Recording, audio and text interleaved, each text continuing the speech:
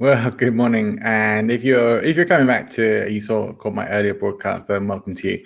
And this is the live show of Points of Change. Now, one of the joys of live streaming stuff is when you have guests set up, things don't always work out on time, technical issues and things like that. So at the moment, I am still waiting for my guest to arrive. We'll see if he does. If he doesn't, then we will reschedule. We will reschedule the event. But I want to make sure. I know some people were planning to tune in for this, so I didn't want to keep you waiting for too long. Today, I hopefully will be talking about healing from trauma with an expert in this, a guy who has set up a whole business around this, has had trauma in his own life and had an experience of that, and has now dedicated himself through his business, Holistic Adventures, to helping other people to heal from that. So hopefully we'll be joined very shortly by Mark Pitcher. And in the meantime, I will do my very best to keep you going on the subject. And it could be a good opportunity to post any questions or comments that you may have for Mark into the chat box, and hopefully we'll be able to get those answered as soon as possible. So welcome to Points of Change, and we'll see if this ends up being the live show or not. We'll see you back here in just a moment.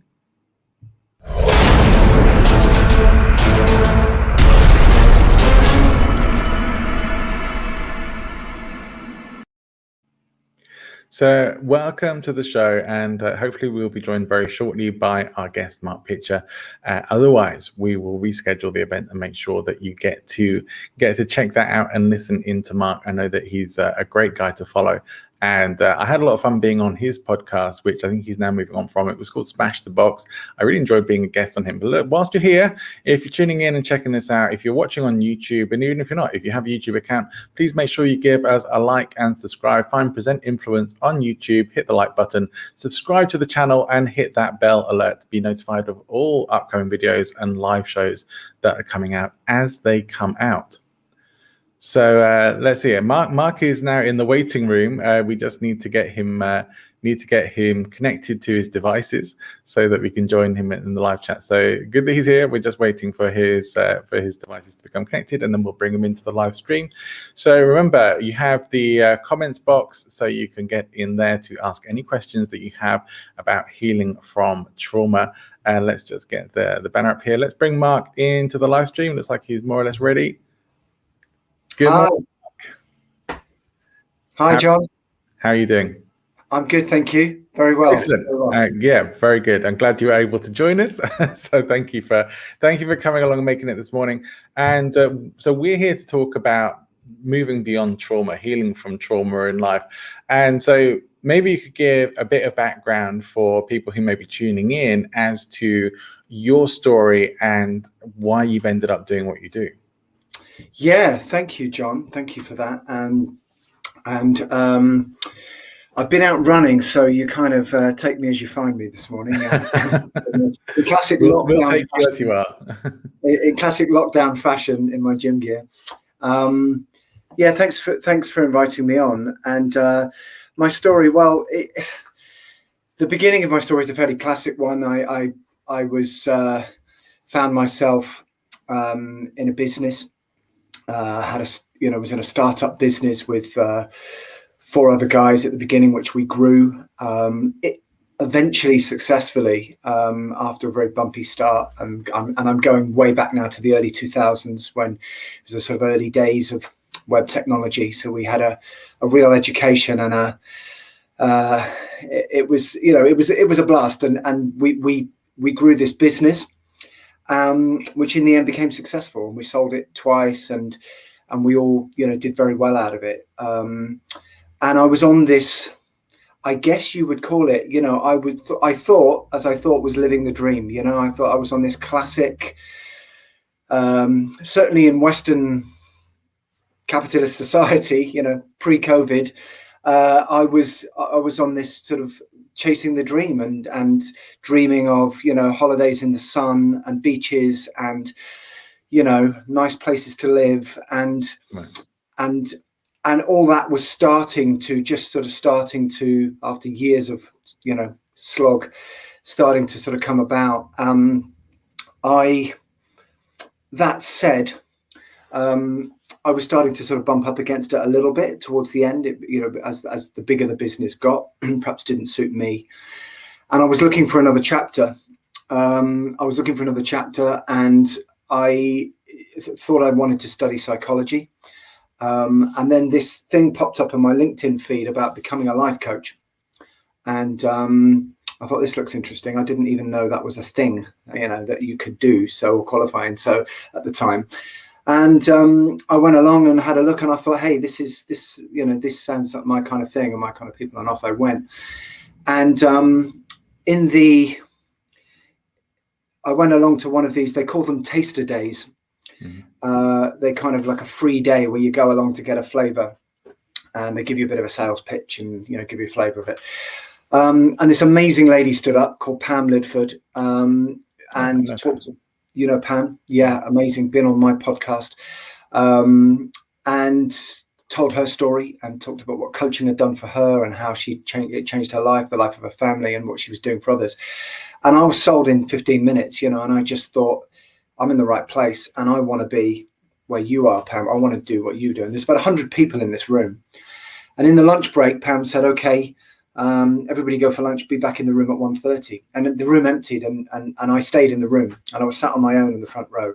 And I stood up at the front on my own, and I looked out, and I closed my eyes, and I imagined myself giving a talk to 100 people. And I thought, right, it's my nature. I sort of wrote down the date, 6th of April, and I thought, a year from now, I'm going to stand in a room, and there's going to be 100 people. I'm going to share a message that's going to impact people. And really, at that time, I was pretty naive, and all I knew that as I wanted to help people and make an impact. And I was still working. I had no idea really how I was going to do that, but I thought coaching might help. And I achieved that. I achieved it, and not just in 12 months, not in 6, but in less than 3. I'm in a big hall, big grey walls, 119 people there, all come to hear me speak. Friends, family, most of the people I know, some I don't, all looking at me, my big moment. And I give the talk of my life, no notes, from the heart, blood, sweat and tears, and pin drop silence. Nobody clapped. And the reason nobody clapped was that I was delivering the eulogy at my son's funeral. Oh my gosh. And my son Charlie, who was 18, had very sadly taken his own life 18 days before that. And there I was delivering the eulogy at his funeral. So I gave my first public talk, not in a way that I would have dreamt of or wanted. No. And my life was forever changed, obviously after losing Charlie, and my purpose changed. And I just threw myself fully into, I quit the job that I was in. I gave up a lot of money and a lot of noughts. And I thought, right, I need to help people. And I sort of threw myself into a personal development business, which was called Smash the Box, which has morphed into Holistic Adventures, as I sort of have been, and I've had plenty of time to reflect over lockdown as to who I want to help the most. Right. Smash the Box has helped a lot of people. There was a podcast which you were on, which is fantastic.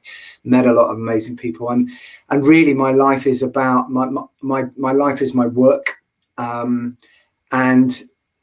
I make myself extremely vulnerable in it, and hopefully give permission to others to be the same. And really, I'm just looking to bring connection and purpose and healing to people who've been through emotional trauma and emotional pain, and that's morphed into Holistic Adventures, which when the world comes back will be retreats in nature to provide exactly that, and dare I say a bit of fun as well, because people who've been hit hard sometimes find it, particularly where bereavement's concerned and other traumas, find it hard to have fun and find the joy in life again. And there's a lot of guilt, a lot of shame, and that prevents them. And I'm really trying to peel away the layers of that onion, so to help people. So that's a little... There's my life in a few minutes. And what a story. I mean, from your perspective, and because you are now focused on this kind of work, is there more pain out there than people realize? Is there more pain out there than people realize? That's a great question. I would say yes. I would say yes. I would say because you're just every day, I'm hearing new stories and reading new stories. I think, for different reasons. I think some of that is, I say yes. Part of me wonders, is it just the times we're living in? Is it the times we're living in? We're more open these days. Everything's under, we have social media. We have, back in the day, people went through world wars, famines, and particularly in the UK, or I can only really speak for the society I've grown up in, this kind of like, you just kind of, shut up and get on with it. People didn't really talk about their feelings as much. There was a great quote by Margaret Thatcher towards the end of her life where she said in the 70s and 80s, everybody used to ask me how I was doing. And she said, now everybody asks me how I'm feeling as I get older. And I thought that was quite interesting as the times. So I think there are more people willing to express their feelings. We have more role models now that are giving us permission to do that, which I hope leads to better mental health, but we've got a way to go. Yeah. Yeah, I'd say so. There is this. I think I've mentioned it before in some of my live broadcasts, but there is this sort of idea of this sort of toxic version of Stoicism, which is just like the isn't really what Stoicism is. It's the sort of idea of being stoic by keeping a stiff upper lip and not really complaining about stuff. It's like you might be going through some serious disaster or trauma in your life, but you're just supposed to sort of, as the sign goes, keep calm and carry on. It's like, well, button it up and just keep going, because that's the British way. I'm sure it's not just in Britain as well. But it is kind of toxic because it's suppressing emotions, and it's bottling stuff up rather than processing it or dealing with it. When it comes to working with people on healing from this, well, first of all, let's get to what was your own healing journey like? Because the honest answer to that is I'm still on it, yeah, and I always will be.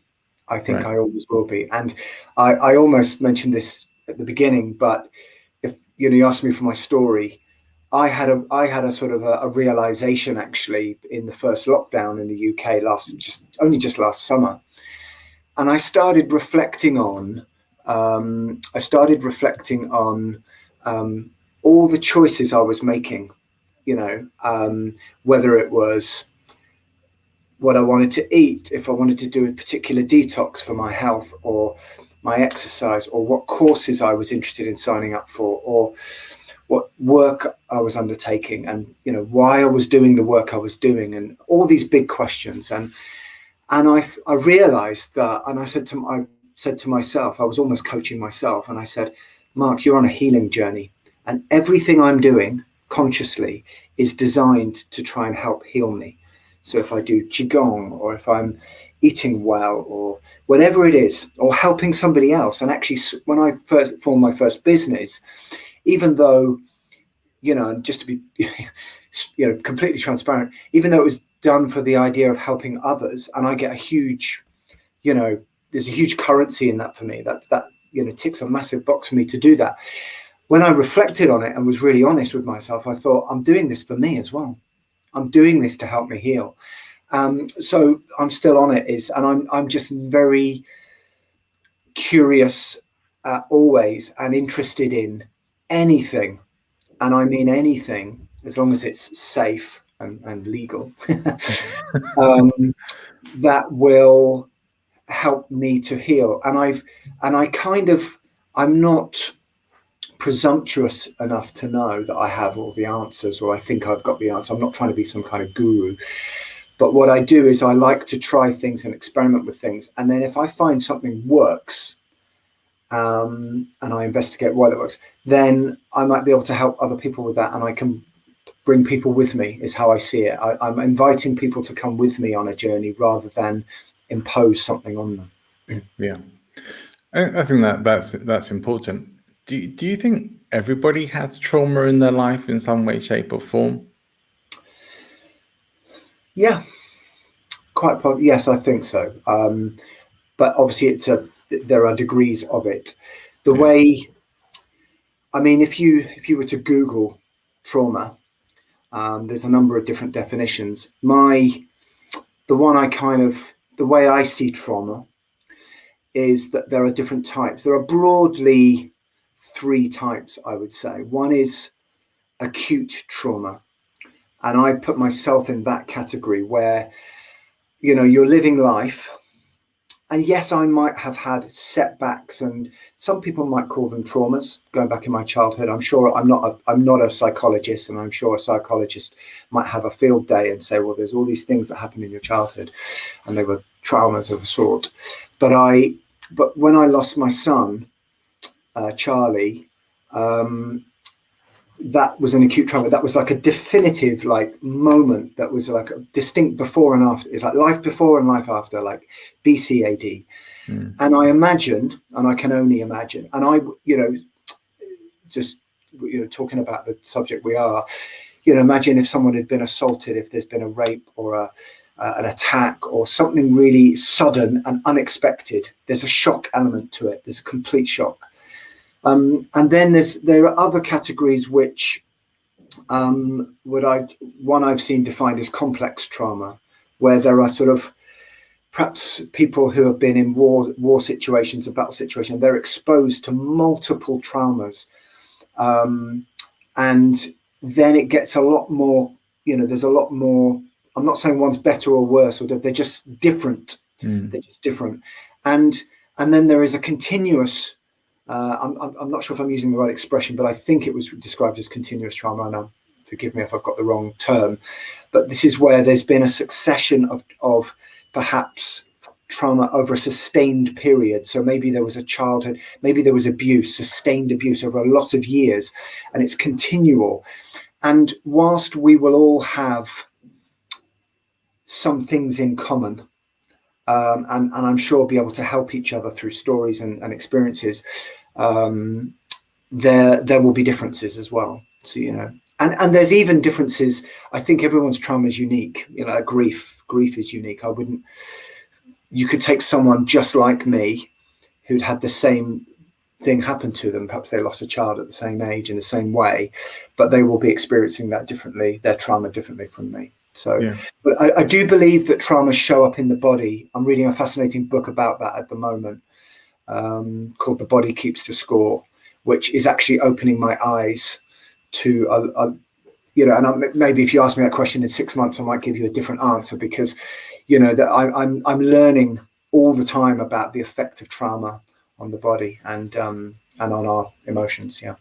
Okay. When it comes to working with people, then can you give an example of some of the kinds of trauma and maybe some kinds of people who you've worked with and how you've been able to help? Yeah, sure. I think so. I work in kind of three different ways. One-to-one, one-to-one coaching, mentoring is one way. I also run, when in normal times, when we're not in lockdown, workshops, and I will be running retreats very shortly. So I've got a retreat that I've set up in Cornwall, which will be the first one, and the other one is speaking, I guess, in public. Those are my three sort of vehicles for my purpose, really. And my experience is very much, it starts with listening.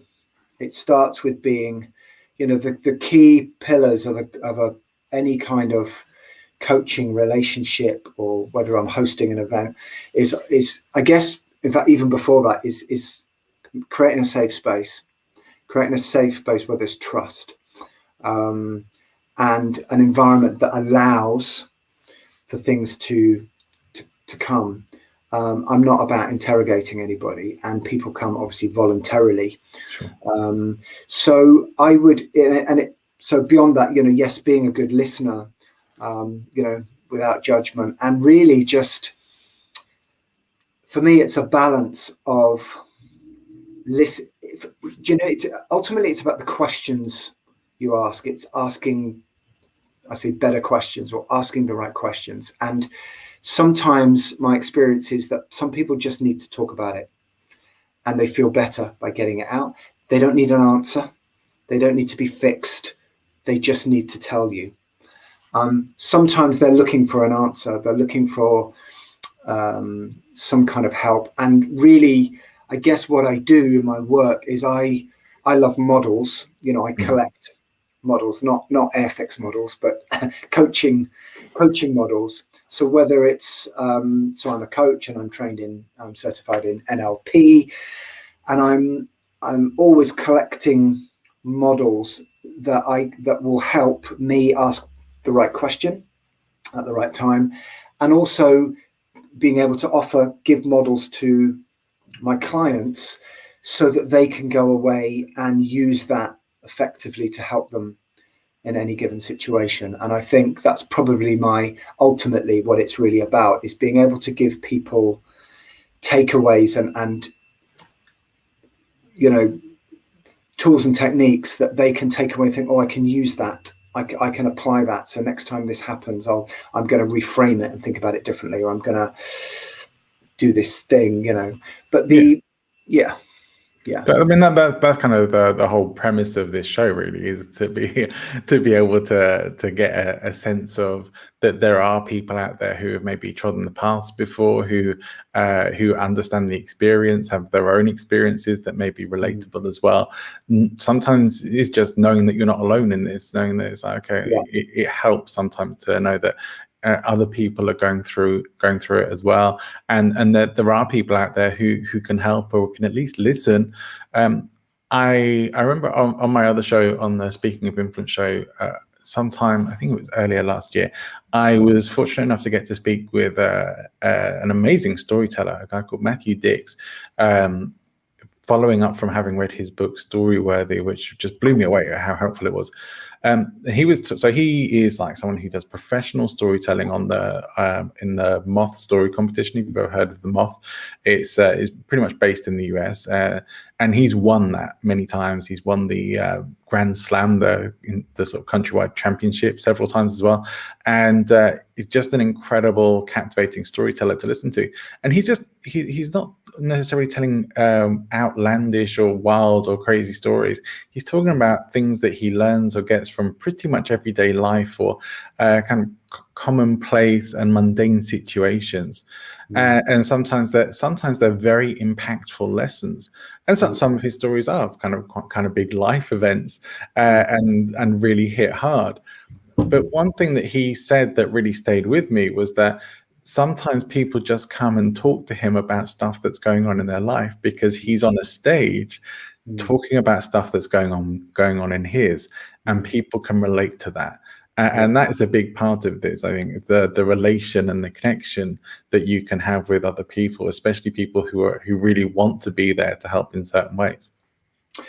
100%, and that's really interesting. I'm going to look him up. Sounds like a really interesting guy. But I think you're absolutely spot on with that. I think there is, there's a couple of things there. One is, and I think I mentioned when you invited me to talk about my life and business, and I mentioned the word connection. And I know that I've run events, and people come for different reasons. And some people will come and they might go, yeah, it's all right. But they come for the connection. They come to be in a room with people who've had similar experience that they can relate to, and they might find a friend there. And I love it when that happens. And they'll go off and then do something together, or meet. And so the connection is a big part of the healing. And interesting about that, the experience of the guy you mentioned. Sorry, I've forgotten his name. Matthew Dix. Matthew Dix. I think it's interesting. It's an interesting dynamic there about being on a stage or being at the front of, you're the center of attention. And I think it comes with huge responsibility, particularly when we're dealing with the kind of subject we're talking about. I noticed you did an episode on the dark side of persuasion? There's been a few, yeah. Yeah. And, I think it comes with huge responsibility, but, to sort of take a Brené Brown example, who I know you're a fan of as well. Sometimes you've got to step into the arena and be brave and go first. And if you're brave enough to do that on a stage about anything, then you're going to find, you're going to bring people with you. And I think sometimes it's, again, you're almost giving people permission. If you're prepared to make yourself vulnerable, you will, certain people, not everybody, your vibe attracts your tribe, I guess, but people will, that's part of creating the safe space. It's certainly a way to create a safe space in a public forum where people don't know each other. And I think there's a lot to that. When somebody comes to you and wants to work with you, where do you start that journey? Like, how do you even begin to work with somebody on the healing process? That really just depends. Where do I start? I kind of always like to say I meet people where they're at. So, it begins with really, a series of questions for them as to sort of what they're looking to get from it, why they're here, why now, what is it? And you'll get various answers. And sometimes they leave with what they came for and some, or they leave with something different than they thought, because they're often, I find this when people are stuck or struggling with something, particularly emotional pain, they're often quite vulnerable and quite, that, they don't know where to turn. They're looking for an answer. And I think that there's a balance to be struck between offering, this, I guess, is the classic difference between coaching and mentoring. I mean, although when I'm coaching, it's ultimately about the person, the client, finding the answers within themselves. Because for me, the answers lie within ourselves. I'm not. It's not. That they come to me and I say, "Hey, here's all the answers," and they go, "Oh, thanks very much. That's great." It doesn't work like that. I don't think life works like that. I've never had. When I look at people I've been coached by and get mentored by, ultimately it does come from me, but sometimes they need a bit of guidance, but it will really depend on what they're looking to change. So if it's I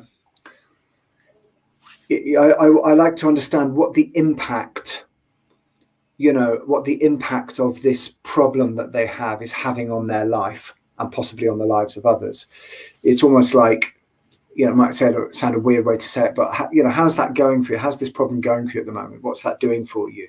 What impact is that having? And is that something that they're willing to tolerate, or is it something that's really acute and they just need to get rid of it? And it could be in any area of their life. It could be having an impact on their health, could be having an impact on their friendships, on their relationship, on their work.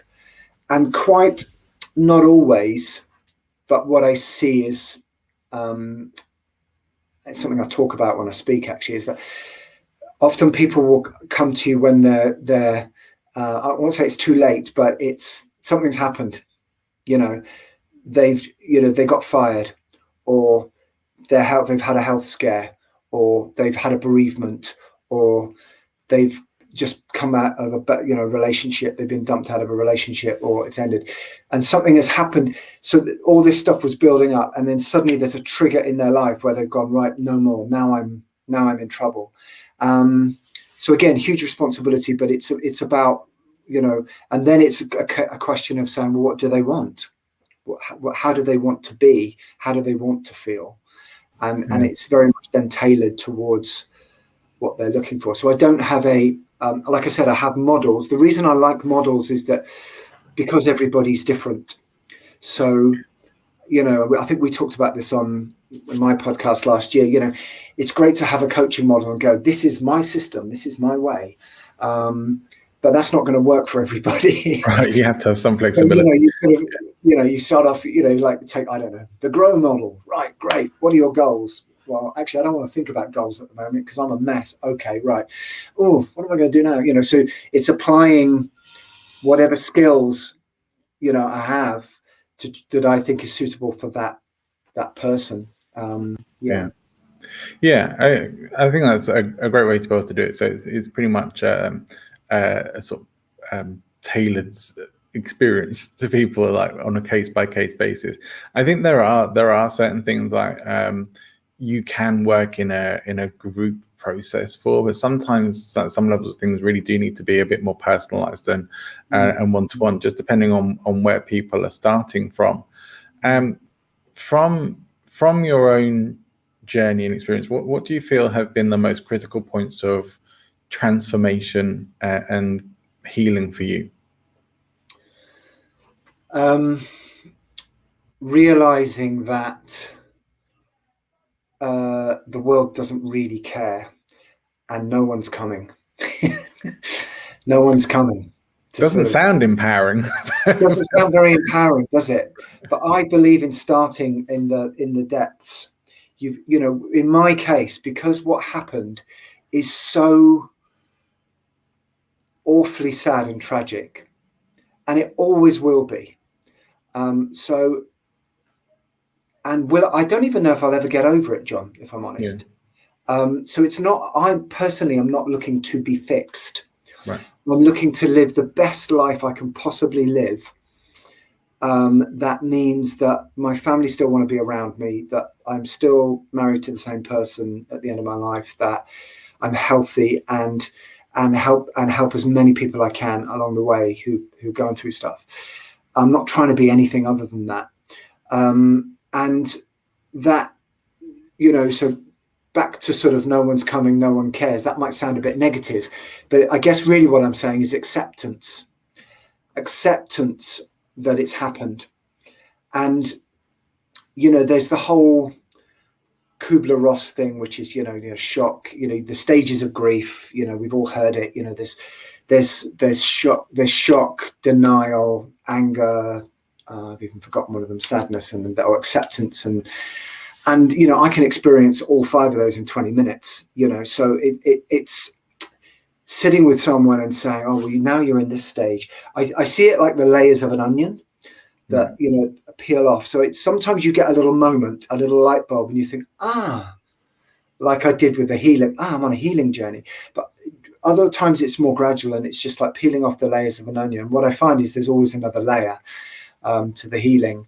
But accepting the reality of what's happened is, for me, is the start, you know, was a milestone. And yet occasionally, and some people might relate to this, you know, you get intrusive, negative, random thoughts when you've been through trauma. And I'm not an expert in, you know, well, people I know who have sort of PTSD, you know, experience this, but you know, things can just pop in your head. And I still have days occasionally where I wake up and I think Charlie's going to walk through the door. And then I would say to myself, why are you?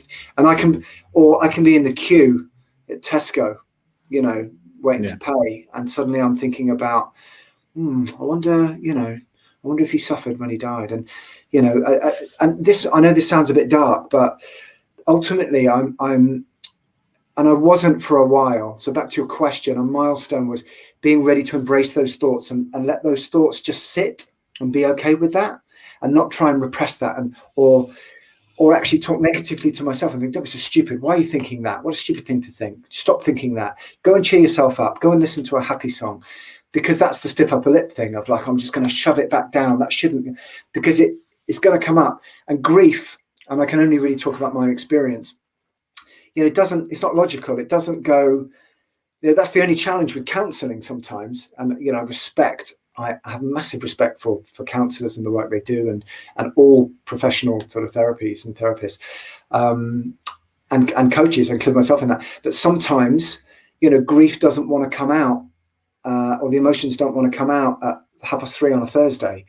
And I've had clients kind of turn up for coaching sessions with me and say, I feel all right. I don't know if I want to talk about that stuff today. But then a week later, I get a message saying, I need to talk. I'm having some problems. So there is that sort of element to it. And I think very gradually, and you know, I look back, and that sometimes it's only when you look back, you think, oh, that was a little milestone. But I think being ready, I guess the other big milestone was being ready to talk about it in public. And in fact, I'm probably going a little bit deeper today with kind of thoughts and feelings than I've ever gone. It's one thing to stand up on a stage and say, well, my son took his own life, and here I am, and I'm turning my life around, and I'm really trying to use that, and and people might say that's really inspiring and that's great, but I don't want it to stop there. I don't want it to be just like inspirational porn or something like that and go, hey, and then use it to sell a product or something. It's more about digging as I progress on my journey and I have more moments and awakenings and realizations, being able to accept that for myself, understand it, and then articulate it to others, which I'm happy to do, so that somebody else might relate to it. It was interesting what you're saying, and I was partly wondering if that may be a point of resistance for some people, of having this feeling that by talking to someone about it, or by working with someone like you, that it's about fixing it and making it not a problem anymore. And what you're saying is that it's very much not about that, because and I agree, that feeling may never go away. It may never be fully healed. In my own family, we lost like one of my cousins was knocked off and killed off a motorbike at the age of 18, and I don't think, certainly not my aunt and uncle, but I don't think my family have ever really recovered fully from that, and we all still remember it. It stays with you, but there is, we still have to carry on with our lives. We still have to keep living, but there are sometimes those thoughts that come into your head, the what ifs, or the if that hadn't happened, how would things be different now? It's not a bad thing, but it is a part of life. Now, I wouldn't say I don't feel like I've personally had trauma on the sort of level that you have, but we all have certain kinds of traumas, and mine have maybe been a little bit different, perhaps more personally, psychologically traumatic in other ways, but undoubtedly there's always work to be done, and sometimes healing. And I sometimes think part of the reason for not talking about it is almost feeling guilty for, like, if by talking about it, maybe we're putting that on other people as well, or we're trying to take the spotlight, or making other people feel bad, and we're not supposed to do that. And so people end up being stoic for those kinds of reasons. Yeah, it's a great point. I think, again, just to reference Brené Brown again, she talks about that in her book Daring Greatly, where putting your stuff onto others, almost with an expectation that they've then got to reciprocate. And some people will be like, whoa, I'm very mindful of that. I just perhaps want to, make 2 points at this stage. One is I'm not a counselor, and I'm not a qualified therapist. In fact, my coaching work tends to relate more to people who want to move forward. It's about, they want to move forward with their lives. And they're looking for help with that. But I've obviously got a huge personal experience I've got my own experience of grief and trauma. So what I'm really looking to do, particularly with the group work, the retreats, is to create an experience where that's not just about talking. It's not sort of, some people, if they want to talk, they can talk. Some people might just want to have a passive experience, and being able to channel or experience, whether it's through movement or an activity, or being around others, or whatever that experience is. The retreat that I'm doing is very mind, body, spirit.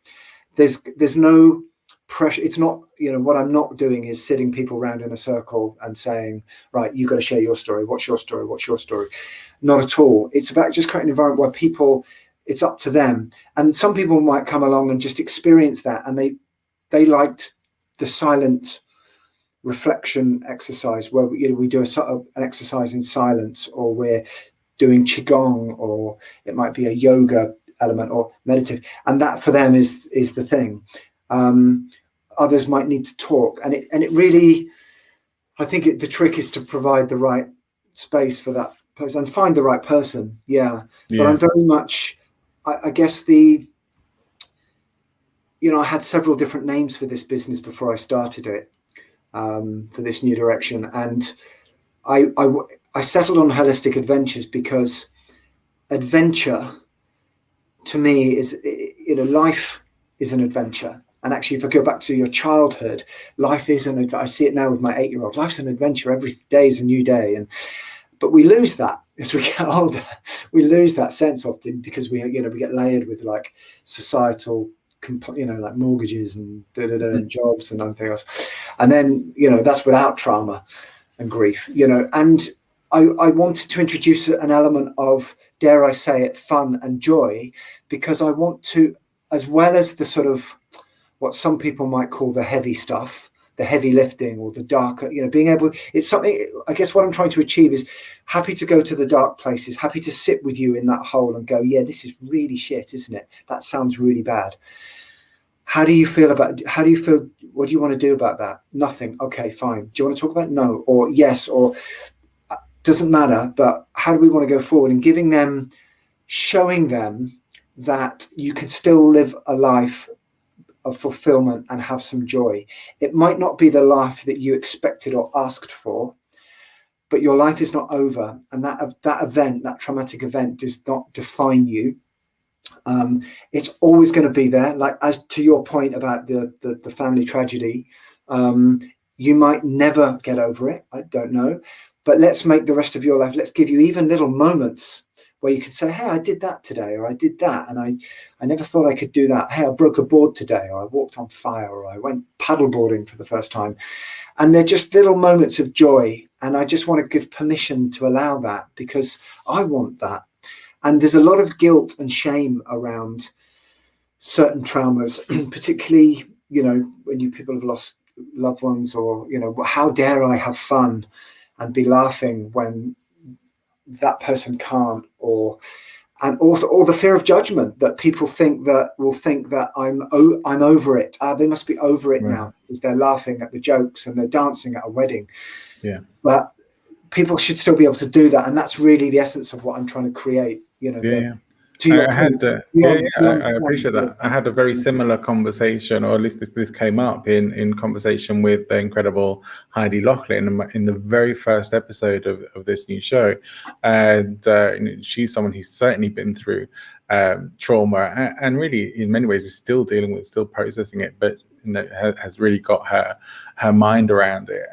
But talking about that, feeling guilty about even allowing yourself to be happy or feel good or to smile or to laugh, and I think many people get into that, and it's like we have this sense of that's not how you're supposed to be. That you're supposed to be presenting this image to the world, like black veil over your face, and you should be miserable, and you're not allowed to be anything else. And if you start being something else, people do start to think there's something wrong with you, and that maybe you're not dealing with it, or you're not processing it, because the expectation is that you're going to be sad and probably maybe forever if it's a big enough tragedy, and that you probably are never going to come back from that. You're never going to be the same. You're going to be sad and upset for the rest of your life. And it's one of those things that we should never underestimate just how powerful other people's expectations or societal expectations are on us. It's I'm not just talking peer pressure. I'm just talking about really cultural expectations to some degree as well, right?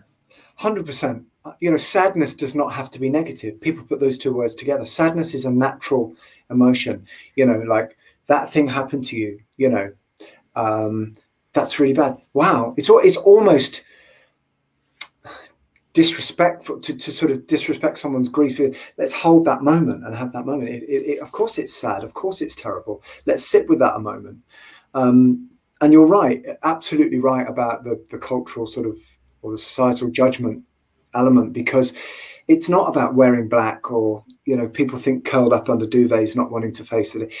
Grief, sadness, trauma looks like this. Hey, it can look like that, and I can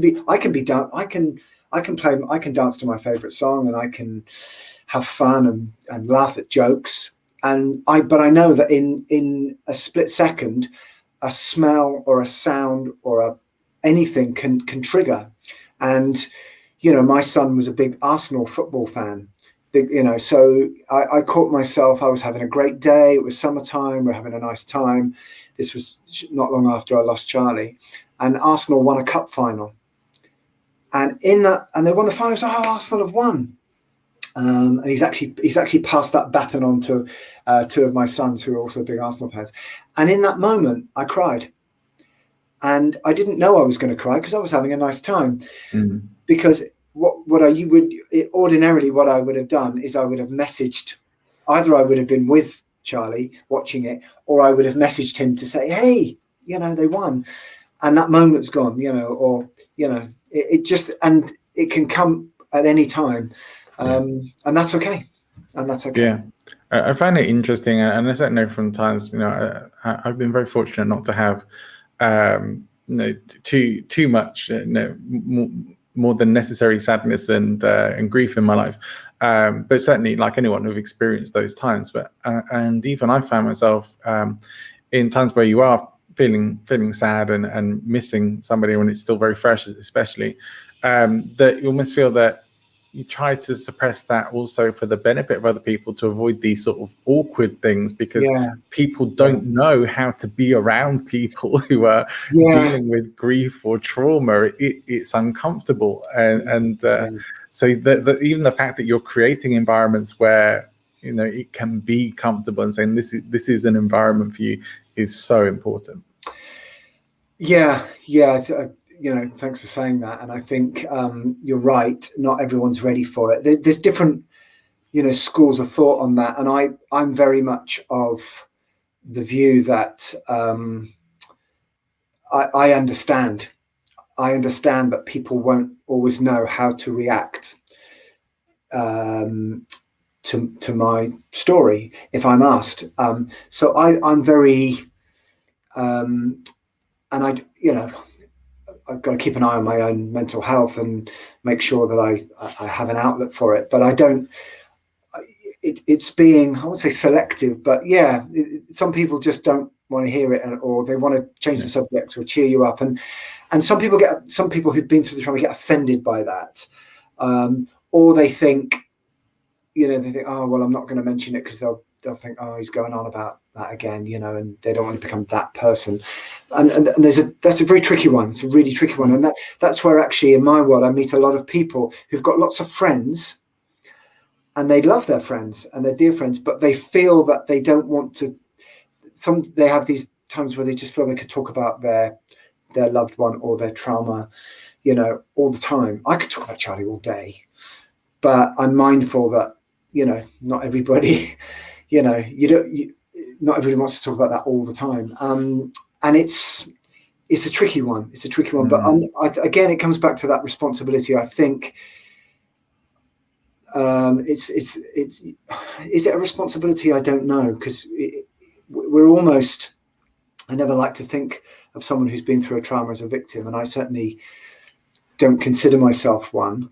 Although I have caught myself being a victim at times, which was back to your earlier question of like moments of realization.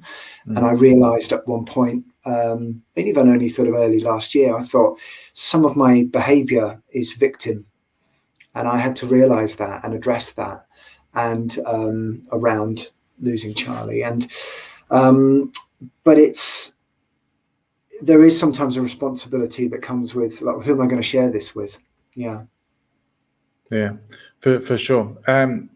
So I would like to, before we start to wrap things up for today, I would like to ask, what are there any sort of particular stories or transformational experience that you've had working with people that have really stood out for you in terms of where you've been able to get involved and help someone come through and seen those transformations in people? Is there any of that you're able to share with us? Yeah, sure. I mean, obviously I'll keep names confidential. I think, and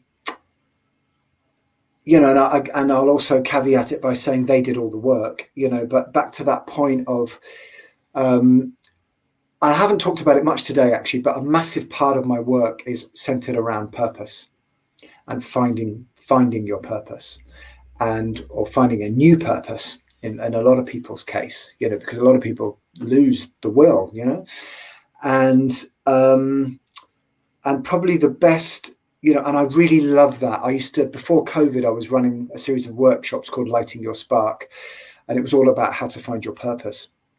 And it's something a lot of people struggle with. And, you know, some people don't believe they have one, and other people, you know, and I believe that I have a great, you know, model for working out what your purpose is, what your contribution is, and what impact you want to make. And out of that series of workshops, there were, you know, I can think of two people straight away who found it and then really took it and used it. You know, one quit the job, set up her own business, found her sort of vocation, and is flourishing, and is like a different person. She's just a different person, and it's just amazing to see that. And she's out there doing her thing now. And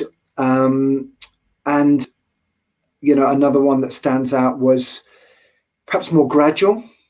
In fact, it's almost, you're not supposed to have favorites, but it's one of my favorite stories, because this person came to the same, it wasn't the same workshop, but it was the same, it's same, not on the same day, I mean, but the same workshop. And she was a little bit like, yeah, you know, maybe getting there, not quite sure, struggled with it a bit.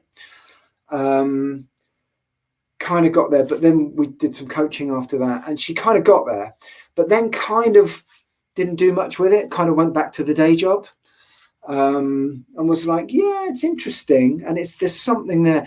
And then sure enough, she had a setback, not a major one, but enough to sort of knock her back, and suddenly she went back to it, and she's now set up a business.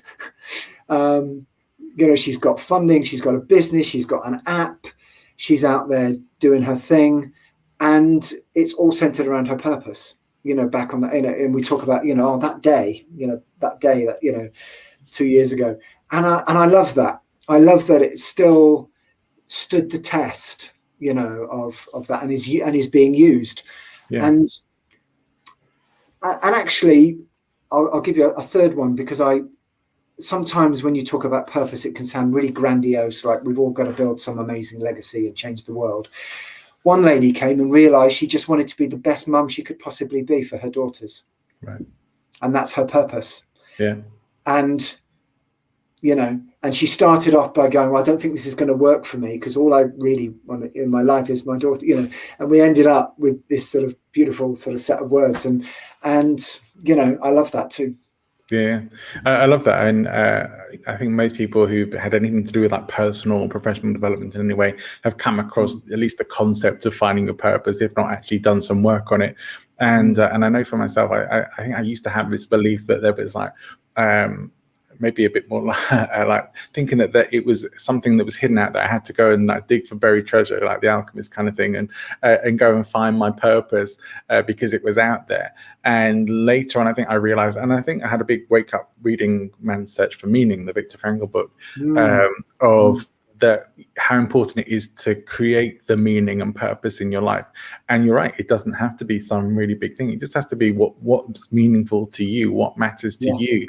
And that's why I always get a bit sort of concerned when people talk about success, because it's like success is not one thing. Success might be being the best parent that you can be. Success might be being the best bus driver you can be, or the best street sweeper you can be, or the best CEO you could be. I mean, it can be so many things, but it has to be like personal to you, and it should matter to you just as much with the meaning in your life.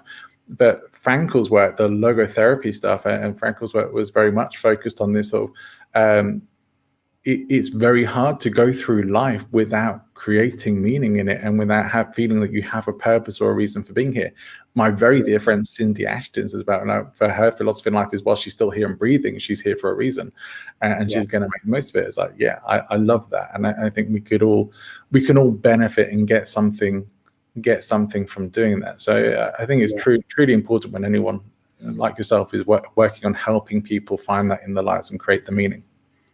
Yeah, absolutely. I think everybody most people at some point in their lives will have asked that question, like, what's it all about? You know, because I think if you take the opposite view and go, I'm not bothered about purpose, or I don't have one, or I don't believe in that stuff, and you just go off and have live your life, you are going to have some amazing experiences. You'll have lots of series of random experiences throughout your life, and that's great, but maybe at some point it's a bit like a ship, but I do see that a little bit as you're going to get in a ship and you're just going to sail. Now, it could be the most amazing journey, and you get to the end and you think, there you go, I didn't need a purpose. But usually at some point, you need that compass. You need to go, where is this heading? Actually, most people, I think it's a human instinct to know, where are we going? Where's this heading? So I